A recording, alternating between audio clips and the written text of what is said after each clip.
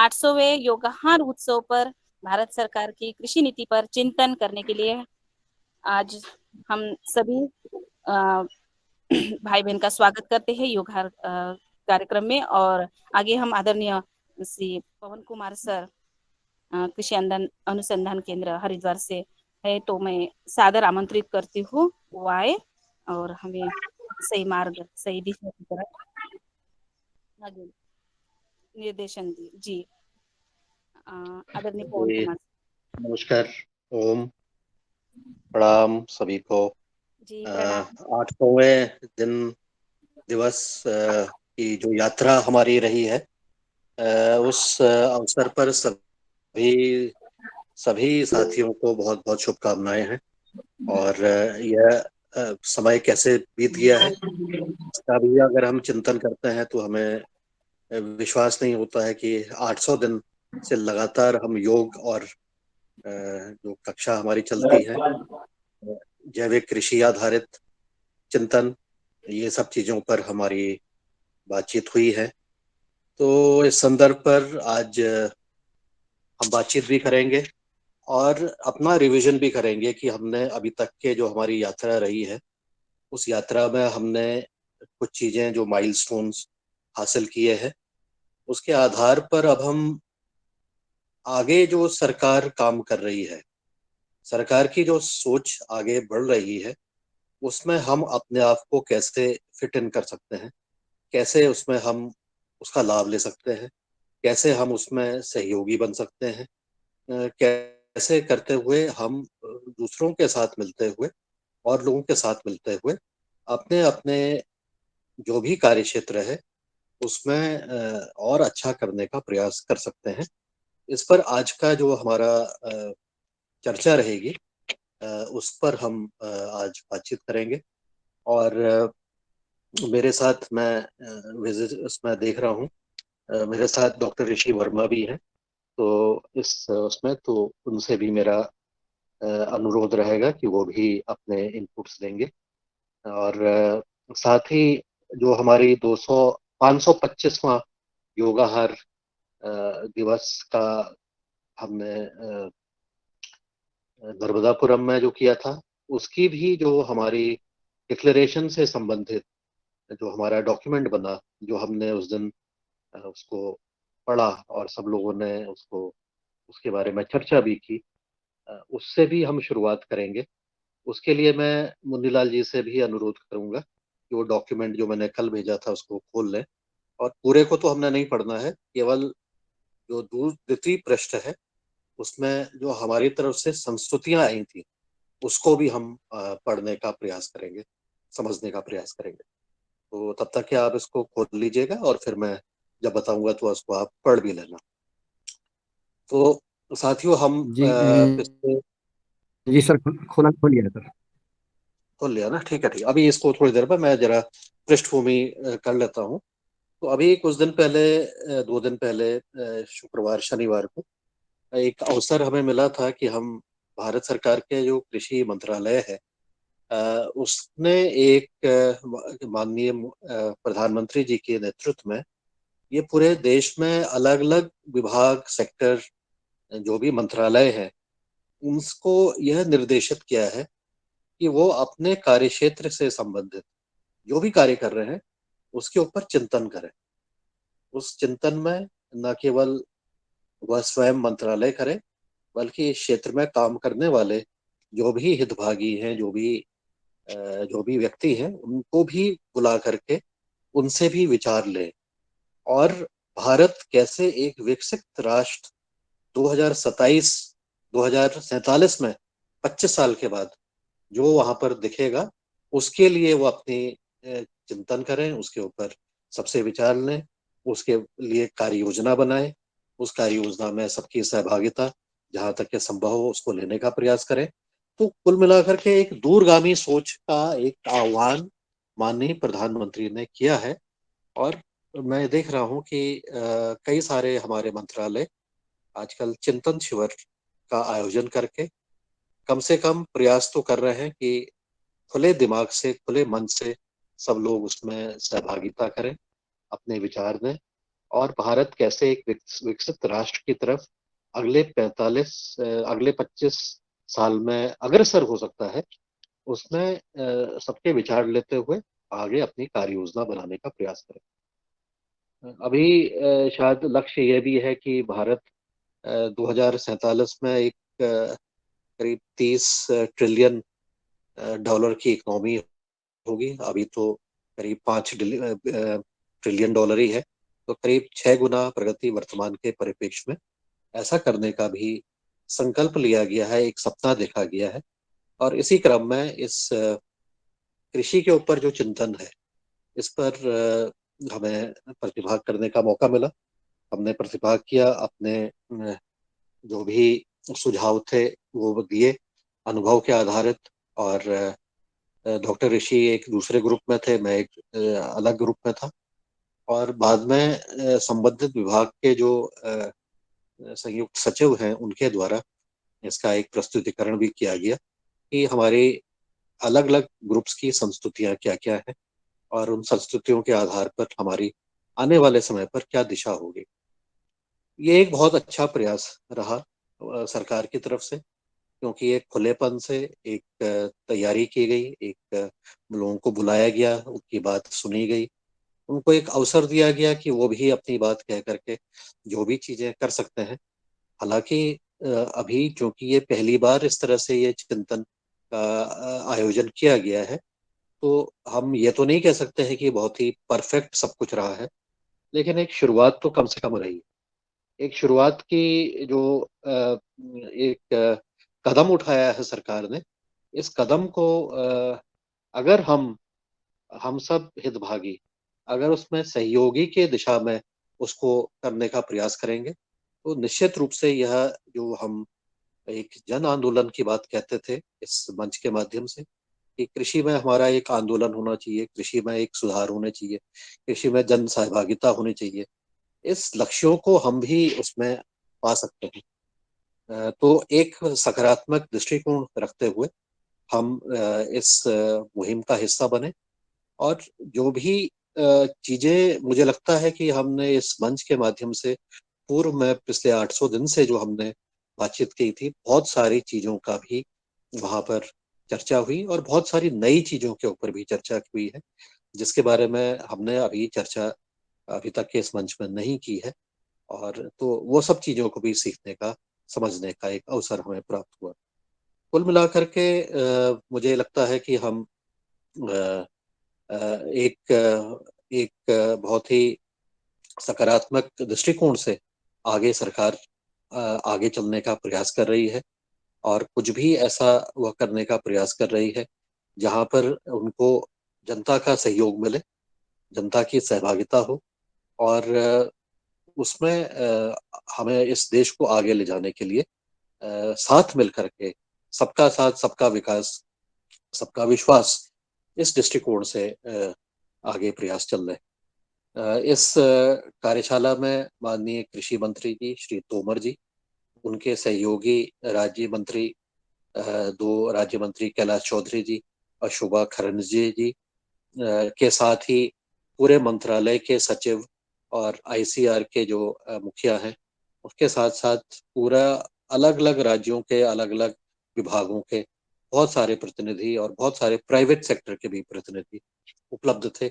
और उन्होंने अपनी अपनी बातें रखी, विचार रखे। कुल मिलाकर के बड़ा सकारात्मक तरीके से यहाँ पर चर्चा परिचर्चा, विचारों का आदान प्रदान बहुत सकारात्मक तरीके से रहा है। तो अब हम शुरुआत करते हैं कि हमने अभी तक के जो काम किया है, अभी तक के जो हमारे संकल्प की जो यात्रा रही है, मैं मुन्नीलाल जी से अनुरोध करूंगा कि नर्मदापुरम के जो संकल्प पत्र, हमारी इच्छाएं थी, हमारे मन में आशाएं थी कि ऐसा होना चाहिए, ऐसा हमें करना चाहिए, तो वो द्वितीय पृष्ठ के जो 7 8 9 बिंदु हैं, उनको फटाफट पढ़ लें, फिर हम आगे की चर्चा को हम जारी रखते हैं। जी मुन्नीलाल जी। इस सदन को प्रणाम। सर, कौन सा बिंदु पढ़ना है? इसमें जो दूसरा प्रश्न सभी है बिंदु के कोई विशेष बिंदु पढ़ना है सर? नहीं नहीं नहीं, सारे को एक बार आप कर लीजिए, क्योंकि इससे एक जी हमारा रिवीजन भी हो जाएगा। जी, सभी पढ़ लें सर। जी जी बिल्कुल बिल्कुल। दूसरा बिंदु पढ़ें कहते हैं जी। नहीं, दूसरे प्रश्न तो के जैसे कि सर युगाहार उत्सव का दूसरे पृष्ठ के पहला और दूसरा बिंदु, दूसरे पृष्ठ में दूसरे प्रश्न इस के अवसर पर हम सब नीति निर्माताओं वैज्ञानिकों जी हाँ जी, यही वाला, ये वाले पूरा। परम परंपरागत हाँ, जी जी, इस अवसर पर हम नीति निर्माताओं वैज्ञानिकों बाजार के सहभागियों और निवेशकों तथा उपभोक्ताओं आदि के लिए यह संतुष्टि एवं प्रार्थना करते हैं कि अनुभवी व प्रमाणित कृषक को गांव तहसील एवं जनपद स्तर पर एक ऐसे सहयोगी के रूप में पहचान मिले जो लोगों के उत्तम व्यवस्था से उत्तम स्वास्थ्य के लिए खेती करता है, उसे फैमिली डॉक्टर की तर्ज पर फैमिली फार्मर के रूप में अपनाने की स्वस्थ परंपरा को प्रोत्साहन मिले।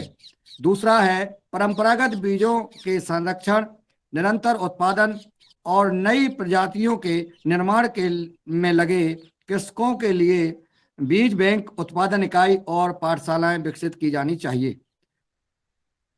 तीसरा है मृदा स्वास्थ्य एवं फसल सुरक्षा में परंपरागत तरीकों के साथ ही नवाचार को बढ़ावा मिले, इसके लिए प्रत्येक गांव में एक खेत की प्रयोगशाला फार्म लैब स्थापित हो जिसमें कृषकों की सहभागिता सुनिश्चित की जानी चाहिए।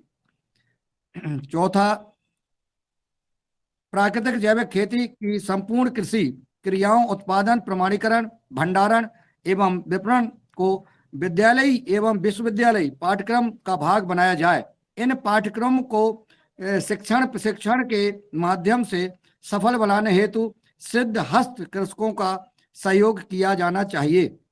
इसका बा है प्राकृतिक जैविक खेती में अनुसंधान प्रशिक्षण और विस्तार हेतु रासायनिक खेती के समान ही स्थान दिया जाए और इस प्रक्रिया में सफल कृषकों की भागीदारी को बढ़ावा दिया जाना चाहिए। पांचवा बिंदु है सफल कृषकों को ट्रेनर फार्मर बनाया जाए ताकि कृषि विकास की अंतिम पंक्ति में खड़ा कृषक भी स्वयं को देश की उन्नति में सहभागी बनने का गौरव प्राप्त कर सके। पतंजलि ऑर्गेनिक रिसर्च इंस्टीट्यूट ने भी इस क्षेत्र में सफल पहल की है। ये छठवां बिंदु है प्राकृतिक जैविक खेती पर जन जागरूकता अभियान क्रियान्वित करना ताकि उपभोक्ता अपनी थाली में स्वस्थ भोजन को स्थान दे सकें और कृषकों को उनकी मेहनत का वांछित फल लाभ मिल सके। सातवां बिंदु है खेती के लिए पशुपालन एवं महत्वपूर्ण कड़ी है, अतः गोवंश एवं उससे प्राप्त विभिन्न उत्पादों को बढ़ावा दे रहे कृषकों को प्रोत्साहित किया जाना चाहिए। आठवां बिंदु है रासायनिक खेती बनाम प्राकृतिक खेती, जो हेतु वर्तमान में चल रही योजना और सब्सिडी पर एक समीक्षा प्रस्तावित है। यह तुलनात्मक समीक्षा कृषि नीति योजना और सब्सिडी पर समानता लाने में सहायक सिद्ध होगी। इसी का नवा बिंदु है कृषकों को अपने प्रमाणित उत्पाद बेचने, उपभोक्ता तक सीधी पहुंच बनाने, शहरी ग्रामीण क्षेत्रों के विभिन्न स्थानों पर साप्ताहिक जैविक हाट बाजार, मंडी के लिए स्थान सुनिश्चित करने तथा स्टार्टअप जैसी सुव्यवस्थाओं से मार्केट में सरलता लाने की पहल को प्रोत्साहित किया जाना चाहिए। और 10वां और अंतिम बिंदु है चयनित मापदंडों एवं पारदर्शिता के आधार पर उत्कृष्ट कृषकों को नीति निर्माण में भागीदार बनाया जाना चाहिए। उपरोक्त बिंदुओं को सफलतापूर्वक क्रियान्वित करने हेतु स्वैच्छिक व्यवहार परिवार और सभी सरकारी गैर सरकारी एजेंसियों, संस्थानों, CSR आदि के साथ ऑनलाइन और ऑफलाइन आगे की चर्चा करने के लिए सहयोग देने के लिए सबका धन्यवाद। और आप जो युगहार में यह बिंदु रखे गए थे आदरणीय पवन सर जी के नेतृत्व में, आज वो जो चिंतन और समीक्षा बैठक हुई है उसमें आप स्वयं बताएंगे कि हमें लग रहा है कि युगहर और आपकी और युगहर की बात अब भारत सरकार देख रही है, सुन रही है, वही चर्चा करने लगी है। सर यही बिंदु थे। सबको प्रणाम। ओम। धन्यवाद, धन्यवाद मोतीलाल जी, बहुत बहुत धन्यवाद। ये सारे बिंदु हमने कोई पूर्व में भारत सरकार को तो नहीं दिए थे, लेकिन बहुत सारे बिंदुओं के ऊपर मुझे लगता है कि सरकार ने बातचीत करना शुरू कर दिया, सोचना शुरू कर दिया और क्रियान्वयन भी करना शुरू हो गया। इसमें से बहुत सारी चीजों पर बहुत आगे की तरफ भी बढ़ गए हैं और बहुत सकारात्मक दृष्टिकोण से सब चर्चाएं हुई हैं, फीडबैक लिया गया है।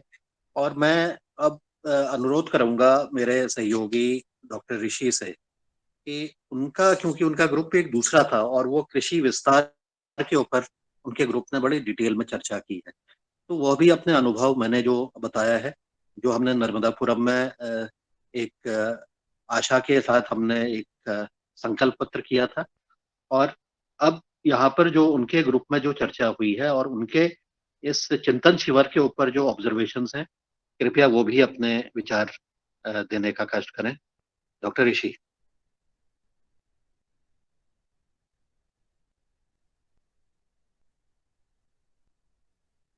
हेलो ऋषि जी, मेरी आवाज आ रही है?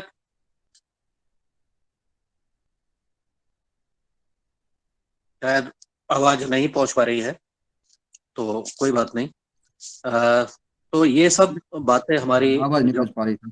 हाँ कोई बात नहीं, कोई बात नहीं, नेटवर्क की वहाँ समस्या हो रही थी उनके वहाँ। तो कोई बात नहीं। तो ये जो हमारी चर्चा हुई है और जो हमने संकल्प लिया है, उसमें एक चीज और भी बड़ी इंटरेस्टिंग निकल के आई थी स्वतः ही।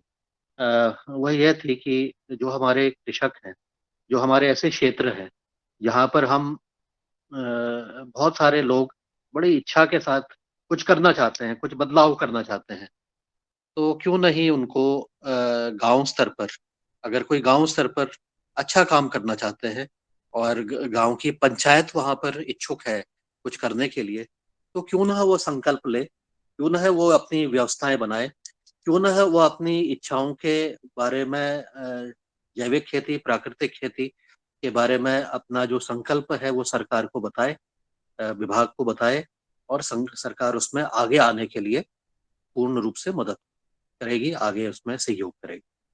तो यह जो योजना का जो निर्माण है वो बॉटम अप दृष्टिकोण से आगे करने के लिए काफी कुछ इसमें मुझे लगता है कि उनकी इच्छा है कि अब जैसे मैं उदाहरण ये बताता हूँ कि कोई अगर जैविक खेती करना चाहे, प्राकृतिक खेती करना चाहे, अपने गांव को पूर्ण रूप से संतृप्त करना चाहे, जो कि हम जैविक ग्राम की हमने परिकल्पना की थी, हमने उसके ऊपर चिंतन किया था कि हमारा गांव जैविक ग्राम कैसे बने, कैसे उसकी शुरुआत हो, उसके ऊपर जैविक ग्राम कैसे बने, इसके ऊपर तो कुलदीप उनियाल जी ने एक थोड़ा सा कई बार प्रस्तुतिकरण भी किया हुआ है, उसके लिए एक छोटी सी बुकलेट भी उन्होंने बनाई।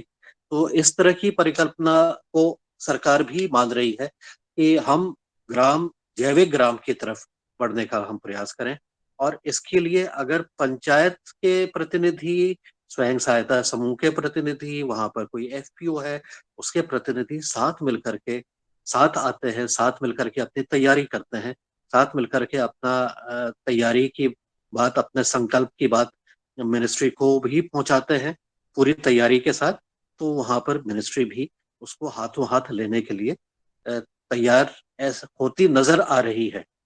लेकिन इसका मतलब यह नहीं कि हमने आज मेरी बात सुनी और कल आपने लिख दिया कि हम जो है ऐसा करना चाहते हैं। हम, हमारी तैयारी जो है वो दस्तावेजों के ऊपर आधारित हो। उसके लिए हम, हमारी कोई अगर मीटिंग हुई है उसके कुछ मिनट्स बनेंगे, अगर ग्राम पंचायत की कोई बैठक हुई है उसके कुछ मिनट्स बनेंगे, वो संकल्प पारित करेंगे। अगर स्वयं सहायता समूह की या एफपीओ की बैठक हुई है, वो अपना संकल्प पारित करेंगे, उसके डॉक्यूमेंटेशन देंगे और कहेंगे कि हम ऐसे ऐसे हमें करना है, इसके लिए आप हमें यथासंभव सहयोग और अपने सुझाव प्रेषित करेंगे, तब जाकर के वहां पर आगे कार्य हो सकता है, ऐसा मुझे लगता है। इस मंच के माध्यम से भी हमने कई बार आदर्श गांव के बारे में बातचीत की। मुझे याद है कि लखनऊ के एक हमारे वरिष्ठ जो आईएएस हैं, उन्होंने भी आदर्श गांव के ऊपर काफी सारा काम किया है। हमारे श्याम सुंदर पालीवाल जी हैं, पद्मश्री राजस्थान के, उन्होंने आदर्श गांव के ऊपर काम कर रहे हैं। तो ऐसे जो हमारे अनुभव हैं, और कहीं पर भी नए जगह पर जहाँ पर काम कोई करना चाहता है, तो वो सबको साथ लेते हुए उसका उचित रूप से डॉक्यूमेंटेशन करते हुए लेकर के आगे बढ़ेगा, तो मुझे लगता है कि जरूर उसमें सफलता हमें मिलेगी।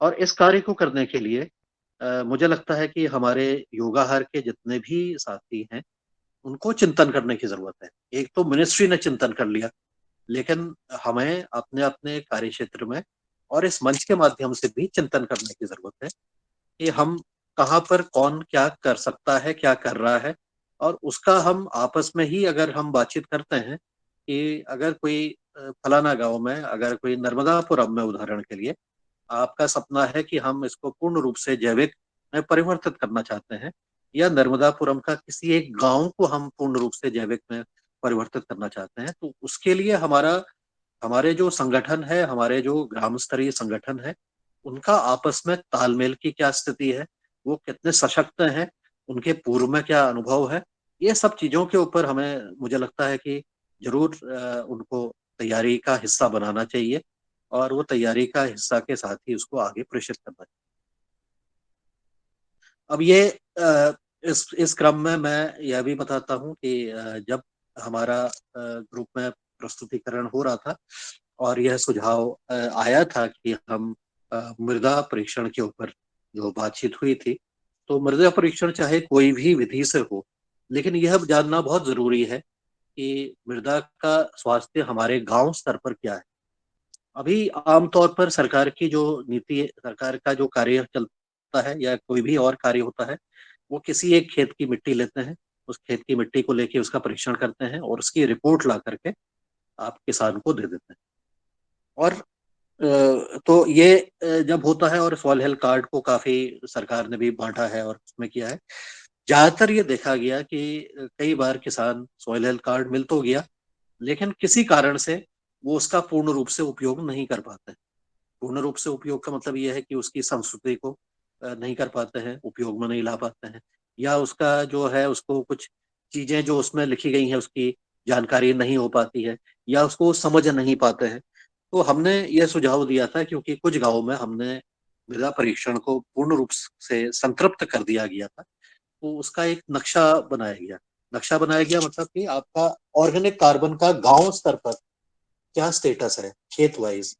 तो उसमें बड़ी अच्छी चीजें सामने निकल के आई जब वो आंकड़े के रूप में आया, और जब उसको नक्शे में डाला गया उस आंकड़े को, तो पता लगा कि ऑर्गेनिक कार्बन का स्टेटस उस पर्टिकुलर गांव में बहुत ही कम है। तो हमने क्या किया, उसको कलर कोड कर दिया, उसको एक लाल रंग से उसको हमने दिखा दिया जहां पर कि बहुत कम है या कम की मात्रा है। और फिर इसको एक बड़े से फ्लेक्स शीट में जितने भी तत्व होते हैं, ऑर्गेनिक कार्बन है, एनपीके है, पीएच है, उनको एक बड़े बड़े से फ्लेक्स शीट में उस गांव का नक्शे में उसको डाल दिया। मतलब 5 गांव के नक्शे बने, ऑर्गेनिक कार्बन का अलग बना, नाइट्रोजन का अलग बना, फास्फोरस का अलग बना। और इसको ले जा करके हमने गांव स्तर पर जो प्रधान जी है और बाकी और सदस्य हैं, उनके साथ मिलकर के इसकी जब सॉइल हेल्थ कार्ड बांटा, तो इसके ऊपर भी हमने चर्चा की और उनसे पूछा कि क्या आप अपने गांव के ऑर्गेनिक कार्बन जो इसमें कम दिखाई दे रहा है, या इस खेत में नाइट्रोजन कम दिखाई दे रहा है, क्या आप इसको बढ़ाना चाहते हैं?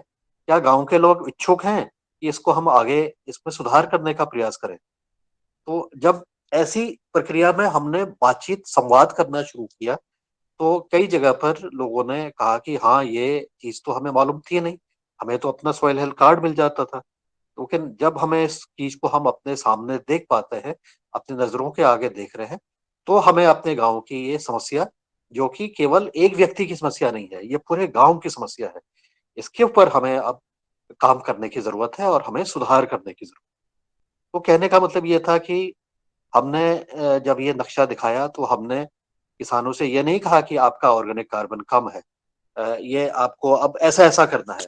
हमने प्रश्न उनसे ये पूछा कि ये हमारे टेस्ट रिजल्ट में ये चीज आपके गांव का ये स्थिति दिख रही है, क्या आप इच्छुक हैं कि हम आपके हमारे अपने गांव में इसको ये स्थिति में बदलाव आना चाहिए। तो ये प्रक्रिया को जब मैंने बताया उधर, इनको काफी अच्छा लगा और उन्होंने कहा कि ये जन जागरूकता का जो कार्यक्रम है, इसको मिनिस्ट्री को एक अभियान के रूप में जरूर लेना चाहिए, न केवल मृदा स्वास्थ्य के ऊपर बल्कि अन्य संबंधित कार्यों के ऊपर भी। तो एक चीज ये काफी अच्छी रही और इसका जो हमने नक्शा बनाया था, इसका प्रस्तुतिकरण भी अंत में वहाँ जो संयुक्त सचिव हैं उन्होंने मंत्री जी के साथ भी किया और उन्होंने हमें एक्नॉलेज भी किया कि ये पतंजलि के द्वारा विकसित की गई प्रणाली है और इसको हमें अपनाना चाहिए। तो कहने का मतलब ये है कि कोई एक अच्छे हमारे कुछ अनुभव सरकार की नजर में आए, वो सरकार ने उसको एक्सेप्ट किया, हमें एक्नॉलेज भी किया और ये केवल एक उदाहरण है। इस तरह के बहुत सारे लोगों के जो अनुभव हैं, बहुत सारी संस्थाओं के अनुभव हैं, सरकार के अपने अनुभव हैं, इसको भी लोगों ने वहाँ पर अच्छा लगा और जो भी अच्छी चीज है उन्होंने उसको एक्सेप्ट करने का एक वो किया, एक प्रयास किया है और मुझे लगता है कि ये कार्य धीरे धीरे आगे बढ़ते हुए अच्छी एक अंजाम की तरफ आगे बढ़ता हुआ मुझे नजर आ रहा है।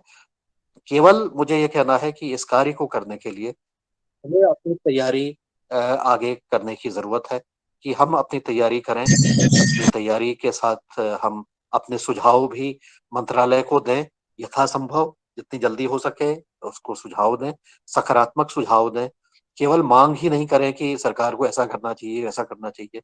उस सुझाव में हमें यह भी करना है कि हम अपने जो भी सुझाव दें उसमें हमारा क्या योगदान होने वाला है, उसमें हमारी क्या सहभागिता होने वाली है, इस चीजों को भी इंगित करने की जरूरत है। तो इतना मुझे आज कहना है, बताने के लिए बहुत कुछ है, लेकिन मुझे लगता है कि हम आने वाले दिनों पर भी इस विषय पर आगे भी चर्चा करेंगे और मैं अपनी वाणी को आज अब इतना ही कह के विराम देता हूँ और मैं अनुरोध करता हूँ कि मंच अब खुला है, इस पर हम चर्चा करते हुए आगे अपनी इस विचार पर हम आगे अपनी वार्ता को जारी रखते हुए संवाद को आगे करते हैं। ये चिंतन शिविर जो है हमारा तो 800वां दिन है चिंतन का। सरकार ने एक शुरुआत की है, उस हम भी उसी ट्रैक पर चल रहे हैं, सरकार भी उसी ट्रैक पर चल रही है। साथ सबको साथ आने की जरूरत है। हम मिलकर के इस चीज को आगे ले जाने की हमें आवश्यकता है। इतना कह के मैं अपनी आज वाणी को विराम देता हूँ। नमस्कार, धन्यवाद।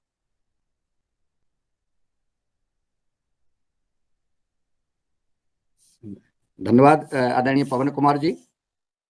आपका कुशल नेतृत्व और सफल मार्गदर्शन इस दिशा में ले जा रहा है इस व्यवहार कार्यक्रम को ही नहीं, पतंजलि ऑर्गेनिक रिसर्च इंस्टीट्यूट की जितनी भी गतिविधियां हैं वह जो है सफलतापूर्वक संचालित हो रही हैं। और आज हमें देखने को मिला है कि भारत सरकार ने पतंजलि के प्रस्ताव को माना है और मांगा है। आपने जो सरकार की योजना के साथ कैसे सहयोगी बन सकते हैं, यह बात आज व्यवहार कार्यक्रम में रखी है। हमारे सदन के विद्वान वैज्ञानिक गण, हमारे अनुभवी किसान, हमारे वरिष्ठ समाज सेवी, योग साधक और शिक्षक यह जान रहे हैं। और आपने जो आपके शुरू से ही हमने हमेशा पाया है कि आपने जैविक ग्राम की हमेशा मंशा जाहिर की है कि हम एक जैविक ग्राम का निर्माण करें, हम अपने अपने गाँव को जैविक बनाएं, हम जिला को जैविक बना सकते हैं। हाँ, आपने निर्मल ग्राम जैविक अभियान यात्रा, नशा मुक्ति अभियान, इस प्रकार के जो सामाजिक बदलाव है आपने हमेशा इस पर मार्गदर्शन दिया है। और इसी क्रम में आज आपने एकदम स्पष्ट कर दिया है कि हमको जहां भी हो सके एक जैविक ग्राम की स्थापना करना है, जो सरकार की मंशा है। सरकार प्रस्ताव मांग रही है देश को आगे ले जाने के लिए। हम सबका साथ, सबका विकास और हम किसान भाइयों की अगर बात को सुनना, उनके अनुसार नीति बनाना, ये सरकार की बहुत अच्छी पहल है। मैं आपके नेतृत्व में पतंजलि परिवार की ओर से, सदन की ओर से बहुत बहुत साधुवाद और आभार ज्ञापित करता हूं कि यह प्रयास सरकार अच्छा कर रही है। माननीय नरेंद्र भाई मोदी जी, हमारे कृषि मंत्री माननीय नरेंद्र सिंह तोमर साहब सहित सभी साथी मंत्रीगणों को और सरकार को और प्रशासन को परम पूज्य स्वामी जी, परम सिद्ध आचार्य जी के पुरुषार्थ को नमन करते हैं और सदन से चाहते हैं कि आप अपना प्रतिक्रिया व्यक्त करें। जो आदरणीय पवन जी ने बात रखी है उसके बारे में आपका क्या विचार है। सदन या तो हैंड रीच कर सकते हैं या अनम्यूट करके अपनी बात रख सकते हैं। और सब खुला सदन है, आप सब सादर आमंत्रित हैं। ओम।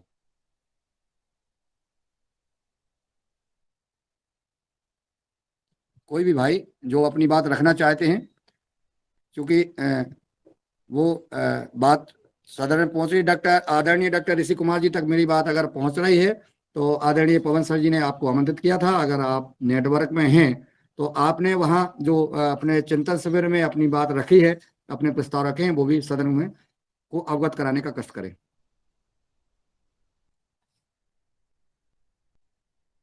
आदरणीय शायद नहीं पहुंच रही डॉक्टर साहब तक बात। आदरणीय रमेश चंद मेहरा जी, आप सादर आमंत्रित हैं। जो बात नर्मदापुरम में घोषणा पत्र में रखी गई थी। जी जी, आदरणीय रमेश चंद मेहरा जी। जी ओम, सदन को नमन। आज की योग कक्षा अच्छी रही और जो चर्चा आदरणीय पवन कुमार जी ने और भारत सरकार के बीच हुई है, हमारे सदन में बहुत पहले से ये चीजें निकली है कि भाई जो रसायन खेती और प्राकृतिक खेती में जो अंतर है, क्या उस पर भी चर्चा हुई है? जैसे कि रसायन खेती को तो बहुत ज्यादा प्रोत्साहन और अनुदान दिया जा रहा, प्राकृतिक खेती के संबंध में वहां क्या क्या सोचा गया? दूसरा ये है कि हमने ये भी देखा था कि गाय के संबंध में भी बहुत चर्चा हुई, और जैसे मध्य प्रदेश सरकार ने कहा था कि भाई हम 900 रुपए गाय को देंगे या गाय संरक्षण में, या जैसे छत्तीसगढ़ में गोमूत्र और गाय गोबर पर जो है किसानों से खरीद के खाद बनाया जा रहा। तो ऐसी कुछ छोटी छोटी बातों पर भी चर्चा हुई है कि केवल नीति, बड़ी नीति पर ही चर्चा हुई है? तो जो प्राकृतिक खेती के साथ जो व्यक्ति काम कर रहा है उसको तो लाभ मिल नहीं रहा। जैसे हम डीएपी पे और यूरिया पे या दूसरी चीजों पे जो अनुदान मिल रहा है, वो अनुदान उन छोटे किसानों को तो नहीं मिल रहा है जो अपने जैविक खेती कर रहे हैं या जो छोटे लोग कर रहे हैं। तो इस पर कुछ वहां चिंतन हुआ या नहीं, ये स्पष्ट करें। ओम जी। जी बिल्कुल रमेशन जी, मेरा जी बिल्कुल चिंतन हुआ है। और बल्कि इस जैविक खेती और प्राकृतिक खेती, पहली बात तो ये चिंतन हुआ कि प्राकृतिक खेती की तरफ बढ़ तो रहे हैं, लेकिन जैविक खेती के रूप में जो भी हमारी उपलब्धियां हुई हैं उसको बेस मानते हुए हम आगे का कार्य करें, और उसी के आधार पर हम क्रमशः धीरे धीरे प्राकृतिक खेती की तरफ बढ़े। दूसरा जो प्रश्न आपने किया था कि हमारी जो खेती है उसमें यूरिया डीएपी केमिकल आधारित इंडस्ट्री को अनुदान मिलता है, जैविक खेती में अनुदान की बात नहीं है। लेकिन इस बात पर भी चर्चा हुई है और लोगों का मानना था कि हमें जैसे एक एग्रीकल्चर सिस्टम के ऊपर आईसीआर है, वैसे जैविक और प्राकृतिक खेती के ऊपर भी एक सिस्टम का निर्माण करते हुए यहाँ पर प्रोत्साहन देने की भी जरूरत है। और उसके माध्यम से जो उचित सब्सिडी है 10%, 15%, अभी केमिकल में जितनी हो रही है उसके मुकाबले वो जहाँ पर कुछ भी नहीं है वहां पर हम एक मिनिमम अमाउंट के साथ शुरू करते हुए वहां पर उसको देने का प्रयास करें। तो नीतिगत बात है, निटी ग्रिटी पर नहीं जाएंगे कि कितनी होनी चाहिए, कैसी होनी चाहिए, लेकिन सामूहिक रूप से कम एक सामूहिक समझ तो बनी है कि इसमें भी जरूर इसमें सहयोग होना चाहिए। और इसमें केमिकल में जहाँ पर उसमें कमी करनी है, यहाँ पर इसको जैविक और प्राकृतिक खेती में इस चीज को आगे बढ़ाने की जरूरत है। बिल्कुल इसके ऊपर चर्चा करते हुए आने वाले समय पर यह नीति का इसको एक्शन में परिवर्तन होगा, ऐसा हमारा मानना है, क्योंकि ये धीरे धीरे ये कार्य आगे सफलता की तरफ बढ़ेगा, आगे इसमें चीज इसमें आगे प्रोग्रेस करेगी। जी जी सर, जी सर। प्रश्न। और सर एक और था जो बार बार आदरणीय शरद भाई बात कर रहे थे, क्या की बात है कि भाई ये सही है या नहीं है, मतलब वो उस पर भी कुछ चर्चा हुई, छोटी छोटी मशीन जिनसे टेस्ट की कर सकें कि जो हमारा उत्पाद जैविक है अथवा नहीं है, या इसमें कितना रसायन है, जो बार बार अपन बिल्कुल अपने। जी जी जी बिल्कुल इसके ऊपर भी चर्चा हुई है, न केवल कृषि मंत्रालय ने बल्कि पूर्व में भी एक मंत्रालय है, कोऑपरेटिव है, जो पैक्स को चलाते हैं।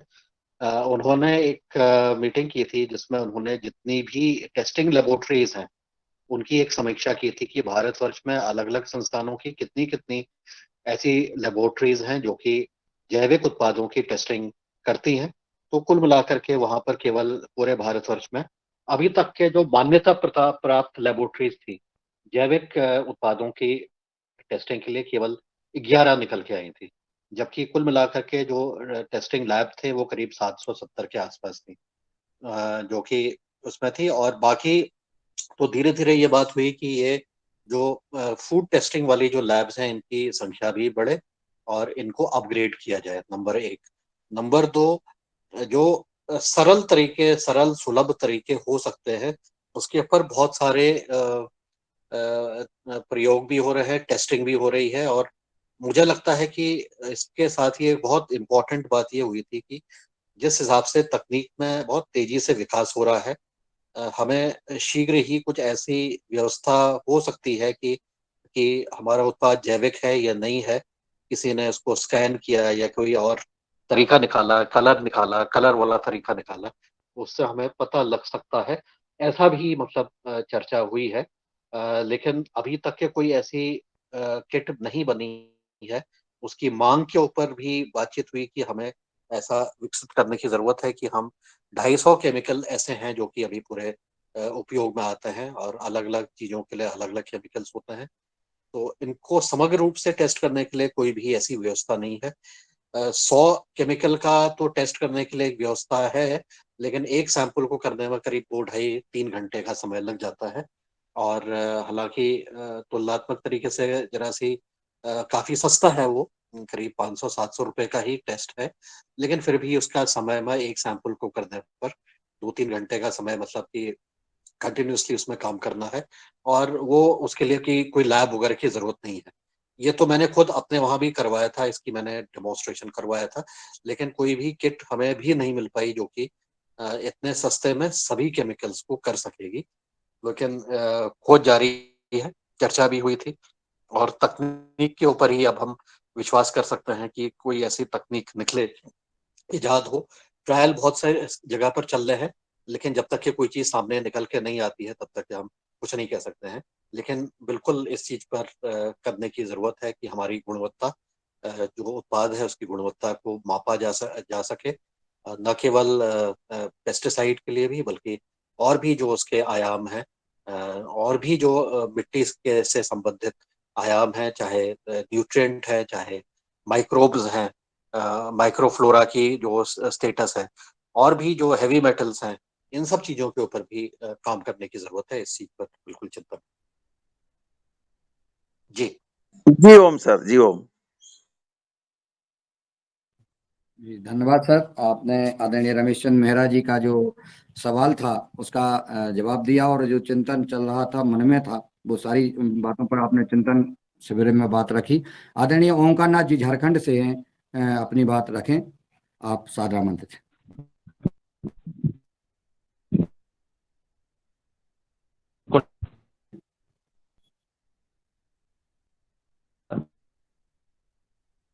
आवाज नहीं आ रही? और की आवाज नहीं आ रही है?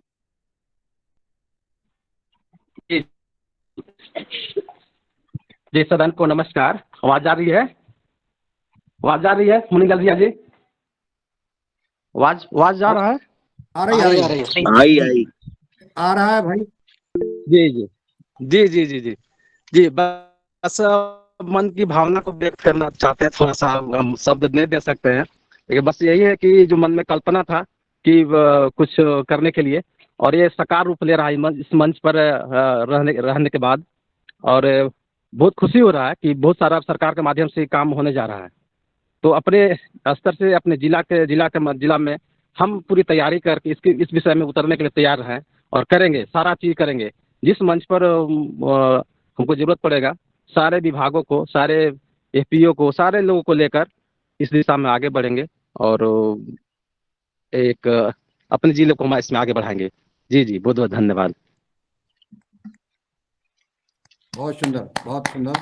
आदरणीय ओंकार नाथ जी, आपने आप पलामू जिला है आपका झारखंड में, पलामू जिला जैविक बनाने के लिए आपने आज व्यवहार कार्यक्रम में अपना प्रस्ताव रखा है, और ये बहुत सुंदर। आपका सदन की ओर से, व्यवहार परिवार की ओर से, पतंजलि की ओर से बहुत बहुत साधुवाद। आप जिला प्रभारी हैं पतंजलि किसान सेवा समिति के, और निश्चित है कि अब आप इस दिशा में आगे बढ़ें।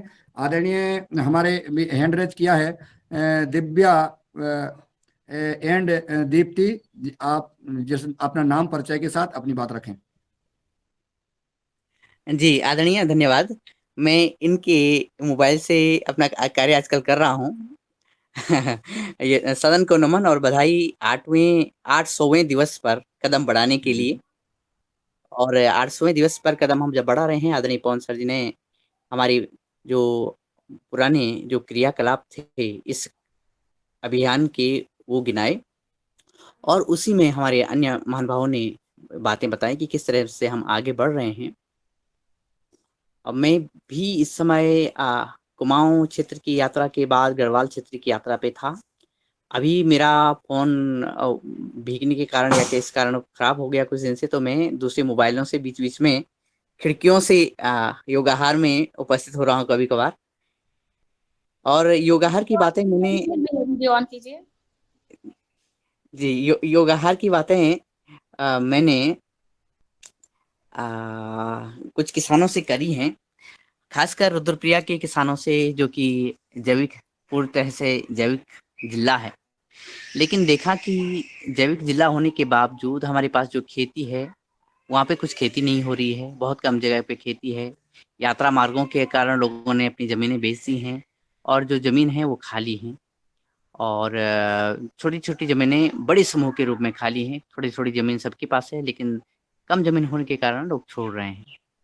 जहाँ हमारे देश के दूसरे भागों में, प्रदेश के दूसरे भागों में जो जहरीली छिड़काव एक कारण बन रहे हैं हमारे स्वास्थ्य के, वहीं हमारे इस ज़िले में ये कारण है कि हमारा यहाँ पे सब कुछ इकोलॉजी अच्छी है, लेकिन हम वो उत्पादन नहीं कर रहे हैं। तो मन में कुछ लोगों से विचार व्यक्त किए, योगाहार की बातें कही, और आने वाले निकट समय में जल्दी ही मैं अब देहरादून में पहुँच चुका हूँ, और आदरणीय पवन सर जी की शरण में जाऊँगा, और पतंजलि ऑर्गेनिक रिसर्च इंस्टीट्यूट के विद्वानों के माध्यम से कैसे हम उनसे मार्गदर्शन से इन क्षेत्रों में उन लोकल क्षेत्रों के लिए उत्पादन कर सकें, इस पे भी हम जानकारी और प्रयोगात्मक कार्य करेंगे। ऐसी आप सभी से चिंतन मनन और मार्गदर्शन हमें मिलेगा। इन्हीं शब्दों के साथ आज 800वें दिवस पर सभी को प्रणाम, धन्यवाद, बधाई। धन्यवाद आदरणीय दिनेश सेमवाल जी। लगातार चर्चा हो रही थी कि दिनेश जी दिख नहीं रहे हैं। कल शरद वर्मा जी कह रहे थे, अन्य लोग भी साथी कह रहे थे, चलो आज आपने जो है संवाद किया, सबको खुशी हुई। आदरणीय मेनपाल जी हिसार हरियाणा से हैं, एक उन्नतशील कृषक हैं, जैविक पृथक पृथक और अनुभवी किसान हैं। मैं चाहूंगा कि आप आएं और अपनी बात रखें। आदरणीय मेनपाल जी। ओम सदन को प्रणाम। और आज हमारे 800 दिन पूरे होने पर योगाहार सदन को चलाने वाले जो सभी हमारे मित्रगण हैं उनको कोटि कोटि नमन। जो आज जो चर्चा पवन सर ने जो कही है, सदन में इन्होंने जो प्रस्ताव रखा है, उस पे हमें बहुत खुशी जाहिर हुई है। और मैं पवन सर को कहना पूछना चाहता हूँ, हमारे आज ही जो मार्केटिंग पे भी क्या कुछ चर्चा हुई क्या, जो हर जिले में कुछ ऑर्गेनिक जो मंडियां लगाई जाए, जो किसानों को सुविधा उपलब्ध हो अपना उत्पाद बेचने में, थोड़ा बताने का कष्ट करें। जी, मार्केटिंग के ऊपर भी चर्चा हुई है, और पहले उत्पाद का गुणवत्ता के साथ उत्पादन, ये तो सबसे महत्वपूर्ण बिंदु है कि उत्पाद की गुणवत्ता क्या है। और उसके बाद मार्केटिंग के जो दृष्टिकोण से बातचीत हुई है, उसमें एक ग्रुप जो था, उसमें अलग से काफी डिटेल में चर्चा हुई कि हमारा अगर गुणवत्ता अच्छी है तो हमारा उत्पाद जो है वो केवल हमारे किसानों के लिए ही नहीं, मतलब भारत के लिए नहीं, बल्कि इसकी विदेशों में भी इसकी बहुत ज्यादा रिक्वायरमेंट होगी। तो हमारा एक्सपोर्ट ओरिएंटेड एग्रीकल्चर के ऊपर भी बातचीत हुई है। तो बहुत सारी ऐसी संभावनाएं नजर आई इसमें कि हम अपने उत्पाद को न केवल भारतवर्ष में बल्कि विदेशों में भी इसको करने का करें। अभी G20 के ऊपर बातचीत हो रही थी, और हमारे जो उत्पाद हैं वो पूरे विश्व में पहुंचे, उसके लिए भी एक ग्रुप ने काफी डिटेल में बहुत उत्साह के साथ अपनी तैयारी की। कुल मिलाकर के जो हमारी तैयारी होनी है वो गांव स्तर पर, ऐसा नहीं कि हमने उत्पाद कर लिया अब हम उसकी मार्केटिंग कर रहे हैं। मार्केटिंग के साथ साथ उसकी गुणवत्ता के ऊपर और उसके ऊपर सारी व्यवस्थाओं को बनाते हुए, चाहे वो यहाँ पर स्थानीय स्तर पर बिके, चाहे वो विदेशों में जाकर के बिके, ऐसे चीजों पर भी बहुत उत्साह के साथ लोगों ने अपने संस्कृति दी, अपने विचार दिए, और किस प्रकार से हम व्यवस्थाएं बनाएं, उपभोक्ता को अपने साथ जोड़ें, ये भी बात उसमें निकल के आई थी कि ऐसी व्यवस्थाओं को भी हमें काम करने की जरूरत है कि हम, जो हमने भी इस मंच के माध्यम से पूर्व में भी हमने चिंतन किया कि उपभोक्ता तक हम कैसे पहुंचे, किसान सीधे उपभोक्ता तक क्या पहुंच सकता है। कुल मिलाकर के बात जो निकल के आई है वो यह है कि ये बहुत सारी व्यवस्थाएं तो सरकार करती है, लेकिन कई बार सरकार की व्यवस्थाएं भी फेल हो जाती हैं। क्यों फेल होती हैं? क्योंकि उसमें जो जनमानस है उसकी सहभागिता, उसका जो परस्पर जुड़ाव, और वो केवल वन साइडेड हो जाता है कि एक ही तरफा तरीके से हम काम करने का प्रयास करते हैं कि केवल एक ही चीज करती है कि ये सरकार का काम है, जबकि काम हमारा भी है। तो हमारा इसमें किस प्रकार से योगदान हो सकता है व्यवस्था बनाने पर, गुणवत्ता बनाने पर, और जो स्थानीय स्तर पर जो काम हो सकते हैं उसमें लोगों की सहभागिता जरूर रहे। इसमें खाली ऐसा नहीं रहे कि हम यहाँ पर एक इन्होंने मंडी खोल दी, दुकान लगा दी, वहां पर किसान आकर के बेचे। अब उसको व्यवस्था को चलाने के लिए जो स्थानीय स्तर के जो संगठन है, हमारा किसानों के संगठन है, ये किसानों की जो अपना आपस में चिंतन है कि ये व्यवस्था कैसे बने, ये व्यवस्था कैसे सुचारू रूप से चलेगी, इस पर चिंतन नहीं हो पाता है। और ये चिंतन भी होना बहुत जरूरी है कि हम ताली एक हाथ से हमारी नहीं बजेगी, ताली हमारे दोनों हाथ से बजेगी। तो इसके लिए हम अगर कुछ ऐसी व्यवस्था बनाते हैं, बनाने की सोचते हैं, तो इसमें हमारा क्या योगदान हो सकता है, इसके ऊपर भी हम चिंतन करें, इसके ऊपर भी अपने सुझाव दें, और व्यवस्था को बनाए रखने और सतत रूप से चलाने के लिए कोई गड़बड़ी हुई अब किसकी जिम्मेदारी है? अब ये नहीं कह सकते हैं कि सरकार की ही जिम्मेदारी। तो उसमें हमारी क्या जिम्मेदारी होगी उस व्यवस्थाओं को बनाने में, सुचारू रूप से चलाने पर? इस पर भी मुझे लगता है कि इस ग्रुप ने चर्चा की थी, मुझे याद नहीं है स्पेसिफिकली, लेकिन जरूर इस पर भी बातचीत हुई है। इनका था कि हम अपने उत्पाद को इतना अच्छा बनाएं, अपनी तैयारी इस तरह से करें कि ये कहीं पर भी उपलब्ध हो सके, कहीं पर भी जा सके, उसको बेचने में कोई समस्या नहीं है। इसके लिए जो आवश्यक इंफ्रास्ट्रक्चर है उसके लिए सरकार बिल्कुल प्रतिबद्ध है, लेकिन इंफ्रास्ट्रक्चर बन जाता है, उसके बाद उसका उपयोग नहीं हो पाता है उस तरह से, तो इसके ऊपर भी हमें तैयारी करने की जरूरत है, ऐसा मेरा मानना है। जी। ये जो उत्पाद के लिए सबसे पहले तो जी मार्केटिंग हो गई। जैसे मार्केट खुलने के बाद जो उसमें रासायनिक लोग बहुत आएंगे अपना उत्पाद ले, कहेंगे भी हम हमारा जैविक है तो ले। इसके लिए सबसे पहले तो लैब टेस्टिंग का होना बहुत जरूरी है। लेकिन सरकार इस पे इतनी वो नहीं कर सकती, लेकिन हमने जो ध्यान रखना है, हमने खुद इसका वो करना पड़ेगा भी कौन किसान जैविक उगा रहा है कौन नहीं। सरकार अकेली कुछ नहीं कर सकती, हमने सबका इसमें साथ देना होगा, तब सरकार का हमें फायदा मिल सकेगा सरकार से। तो मैं भी कई बिल्कुल किसानों बिल्कुल। से बातचीत की हूँ, मैं कम से कम भी मैं 100-200 किसानों से बातचीत की इस पे। 10 दिन से मैं इस पे प्रयासरत हूँ। लेकिन वे किसान क्या कहते हैं, भाई मार्केटिंग अगर बन जाएगी ऑर्गेनिक मंडी तो हम भी आपके साथ बेच देंगे, माँ ऐसा कभी नहीं होने देंगे हम। बोला क्यों, हम आपको कमीशन दे देंगे। अगर कमी पैसा क्या साथ में थोड़ा ही लेके जाना है, अगर वो करोड़पति है वो भी यहीं छोड़ के जाएगा, जो कंगाल है वो भी यहीं पर ऐसे ही जाएगा। लेकिन ईमानदारी ही कायम रहेगी इस पे। तो मैं थोड़ा सा वो लेब टेस्ट का भी वो थोड़ा होना चाहिए, तो इस पे बहुत जरूरी। बिल्कुल बिल्कुल, ये लैब आने वाले समय पर ये बिल्कुल स्थापित होंगी, शायद पैक्स लेवल पर भी स्थापित हो सके, ऐसी भी इनकी प्लानिंग है, मंडी लेवल पर भी हो सके। लेकिन व्यवस्था को बनाए रखने के लिए जन भागीदारी बहुत जरूरी है। उसके ऊपर उनका जरा सी हमें जब तक के नहीं होगा, क्योंकि केवल सरकार के ऊपर भरोसा नहीं छोड़ सकते हैं, मैनिपुलेशन उसी में हो जाता है कि हमने सरकार के ऊपर छोड़ दिया, अब कुछ प्रति जो वो है प्रभावशाली व्यक्ति, उन्होंने अपना प्रभाव दिखा करके अपना उल्लू सीधा कर लिया, बाकी पब्लिक को फायदा नहीं हुआ। तो ऐसी व्यवस्थाओं के बारे में हमें चिंतन करने की जरूरत है कि हमारे लिए कौन सी व्यवस्था सबसे उचित रहेगी, कौन सा हमें काम करना चाहिए जिससे कि ये व्यवस्थाएं बनी रहें और सबके लिए बनी रहें, कुछ ही लोगों के लिए नहीं बने। तो इस पर जरा सी हमें तैयारी, जो मैं कह रहा हूँ कि हमें तैयारी करनी चाहिए अपने ग्रामीण स्तर पर या जो भी संस्थाओं के जो काम करती हैं उनके स्तर पर इसके ऊपर हमें चिंतन जरूर करना चाहिए। आपस में चर्चा परिचर्चा के माध्यम से कुछ एक निष्कर्ष पर जरूर आना चाहिए कि हमारी व्यवस्थाएं क्या है, किसका नियंत्रण किसका है, कौन नियंत्रित कर रहा है, कौन उस चीज को के कंट्रोल में वो चीजें हैं। अगर वो कोई चीज गड़बड़ी करते हैं तो उनके ऊपर क्या अंकुश है, अंकुश की क्या सिस्टम्स हमारे बने हुए हैं।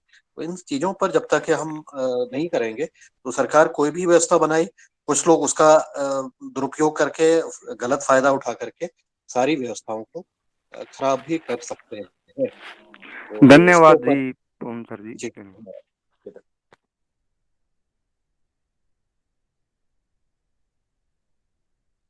धन्यवाद आदरणीय शरद वर्मा जी, आप सादर आमंत्रित हैं। अंतिम सवाल आपका, इसके बाद हम आभार करेंगे। आदरणीय शरद वर्मा जी।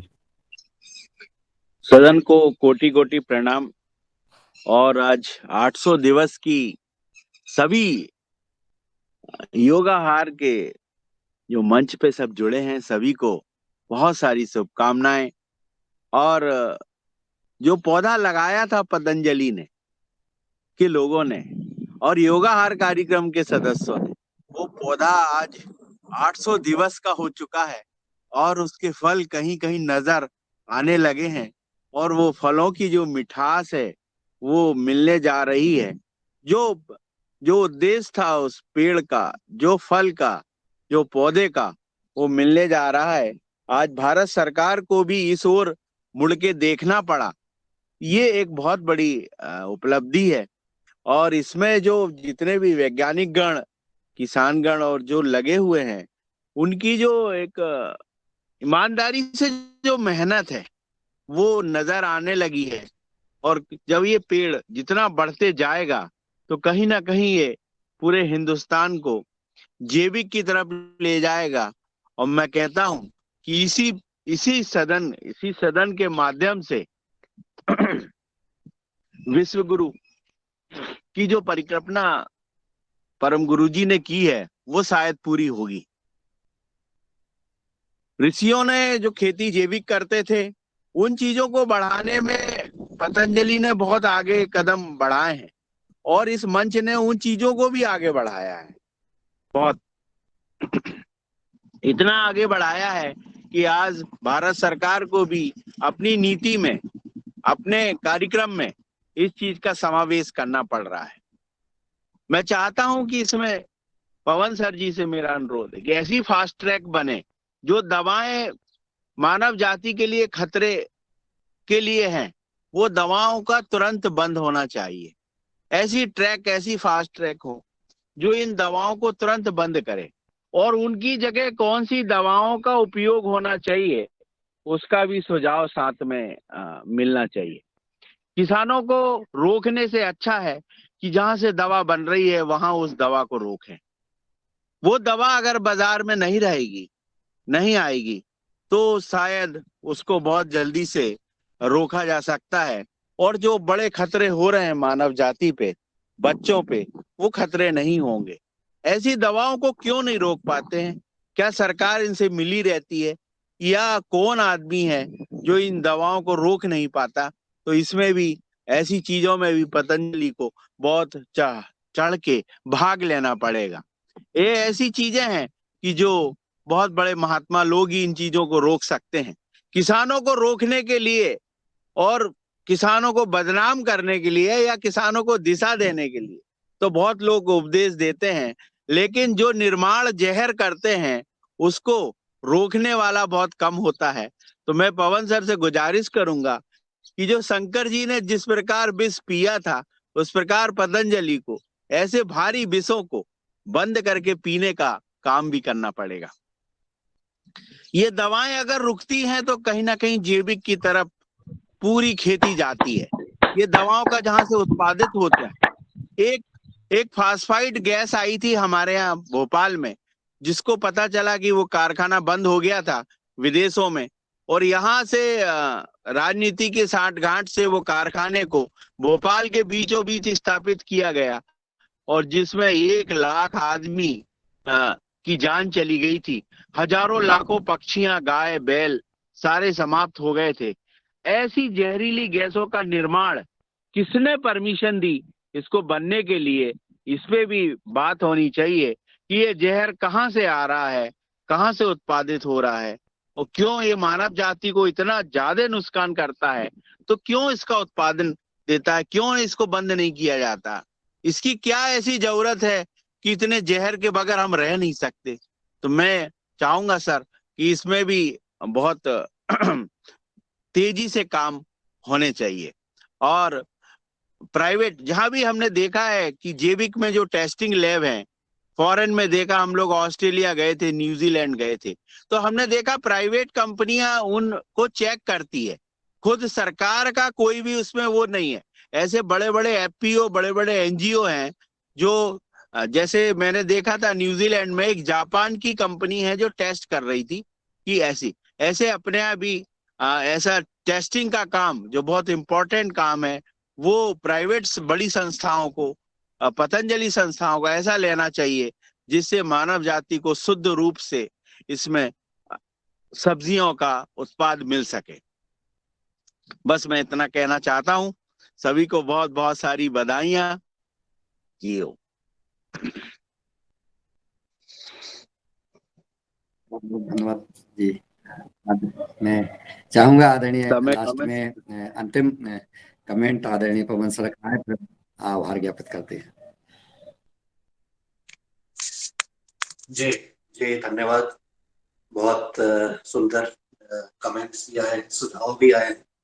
अब हमारा अगला एक्शन जो है वो ये है कि हमारे मन में विचार आ रहे हैं, सुझाव आ रहे हैं। ये केमिकल वाली बात शरद जी ने बताई अभी कि केमिकल बंद हो जाने चाहिए। सरकार के लिए दो तरफ की मतलब समस्याएं हैं जो मैं समझ पाता हूँ। यह है कि एक तो आपने पहले इंडस्ट्री लगाई, यही केमिकल वाली इंडस्ट्री लगाई, उनको अनुदान भी दिया, उसके आधार पर आपने कहा कि हमने इतने रोजगार सृजित किया, हमने इतना जीडीपी में इनका इतना योगदान किया। अब अचानक से आप उनको कहेंगे तो लोग कहेंगे ये रोजगार छीन रहे हैं, जो भी लोग उसमें रोजगार में जुड़े हुए हैं। तो बड़ी जटिल समस्या है। सरकार चाहती है, कृषि मंत्रालय जरूर चाहेगा जो जैविक और प्राकृतिक खेती की तरफ अग्रसर, लेकिन जो केमिकल फर्टिलाइजर मिनिस्ट्री है उसके लिए दूसरी समस्या खड़ी है। तो ये जो पशुपक्ष की स्थिति है इसके लिए, और फिर इसके अलावा समस्या केवल इतनी तक ही सीमित नहीं है, बहुत सारे केमिकल्स ऐसे हैं जो नकली बनते हैं और उसको पर भी सरकार नियंत्रण नहीं कर पा रही है, क्योंकि इतना बड़ा उसका वो है केमिकल्स का जो वो है व्यापार है, इतना वृहद है, इतना विस्तृत है, उसकी जड़ें इतनी मजबूत है। चाहे वो एग्रोकेमिकल्स की बात करें, चाहे वो मेडिकल केमिकल्स की बात करें, हमारी जो दवाइयाँ बनती हैं, मतलब एलोपैथिक दवाइयाँ बनती हैं, अन्य दवाइयाँ भी बनती हैं, वो भी बहुत सारी नकली बन रही। 20% कोई कह रहा था 30% तक के जितनी भी दवाइयाँ आ रही हैं वो नकली। इसी प्रकार से कृषि में भी ऐसे नकली या बैंड केमिकल जो है वो उपयोग में लाए जा रहे हैं। उसको नियंत्रण करने का कोई तरीका नहीं है, क्योंकि वो तो खुलेआम बिक रहे हैं, कोई भी दुकान में आके बिजनेस के रूप में उसको बेच दे रहा है। तो इस तरह की बहुत सारी जटिलताएं हैं, इनको जटिलताओं को समझते हुए सरकार क्या करेगी ये आने वाला समय ही बताएगा। लेकिन जरूर यह है कि टेस्टिंग, जैसे एक सुझाव यह भी आया था कि हम जितनी भी टेस्टिंग, जो भी आप यूरिया खरीदते हैं या जो पेस्टिसाइड खरीदते हैं, उसको आप अपने ऐसे उसमें दें कि आपकी खेत के अनुरूप ही आपको दवाई मिल सके या आपको यूरिया मिल सके। जितना बड़ा आपका खेत है अपने खसरे के आधार पर, उसके आधार पर ही आपको उपलब्ध कराया जाता है। इस विषय पर भी बातचीत हो रही है, जो लेना चाहे। और अगर आपके पास 10 एकड़ जमीन है और आपने 15 एकड़ के लायक केमिकल की डिमांड की, तो आपको केवल 10 एकड़ तक का ही हालांकि इस सिस्टम को, इस बारे में भी चर्चा हुई, इसमें भी बहुत सारी जटिलताएं हैं कि जाला यहाँ से नहीं खरीदना, दूसरी जगह से खरीदना। तो ये जटिल कार्य को करने के लिए हमें कुछ ऐसी विचार करना पड़ेगा कि हम एकदम से बंद नहीं हो सकता है, क्योंकि ये व्यवस्था के अंतर्गत है। एकदम से एक ब्लैंकेट बैन नहीं कर सकते हैं, लेकिन धीरे धीरे उसकी व्यवस्थाएं बनाते हुए, उसको सुदृढ़ करते हुए, कुछ जन भागीदारी का उपयोग करते हुए ऐसे इसके ऊपर अंकुश या लगाम लगाई जा सकती है।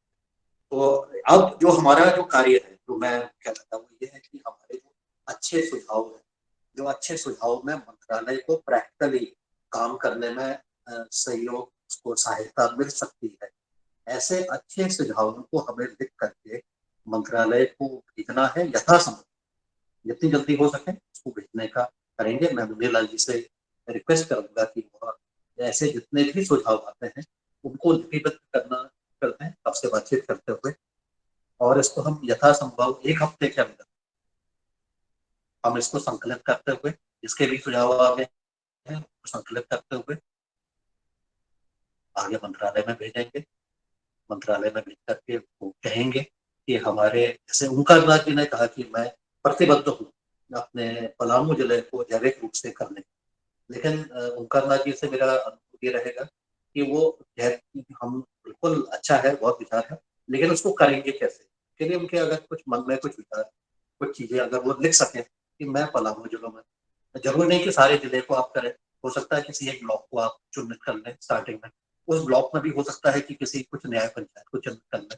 ऐसा करते हुए कुछ एक प्रयास करने का प्रयास करें, जिससे कि यह लगे कि हम जो हम कहें, जो हम लिख करके दें, उससे ज्यादा हम करके दिखा दें।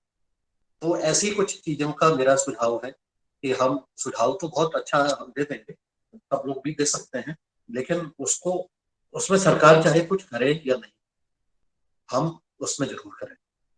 ऐसे ध्येय के साथ हमें काम करने की जरूरत है। तो हमारे सुझाव है, हमें सुझाव इसलिए है कि हमें कुछ आगे कुछ करने के लिए संभवतः कुछ सहयोग मिल सकता है, लेकिन हम ऐसा कुछ काम करें कि हम उसका एक स्वरूप बिल्कुल दिखाई दे। और यही मेरा निवेदन है आज की मीटिंग में। मुझे लगता है कि हम इस विषय पर, मेरी रिक्वेस्ट होगी मुनीलाल जी से, ये डॉक्टर ऋषि वर्मा जी को भी आप संपर्क कर लीजिएगा, और कल उनको बुला करके उनके विचार भी हम सुन लेते हैं।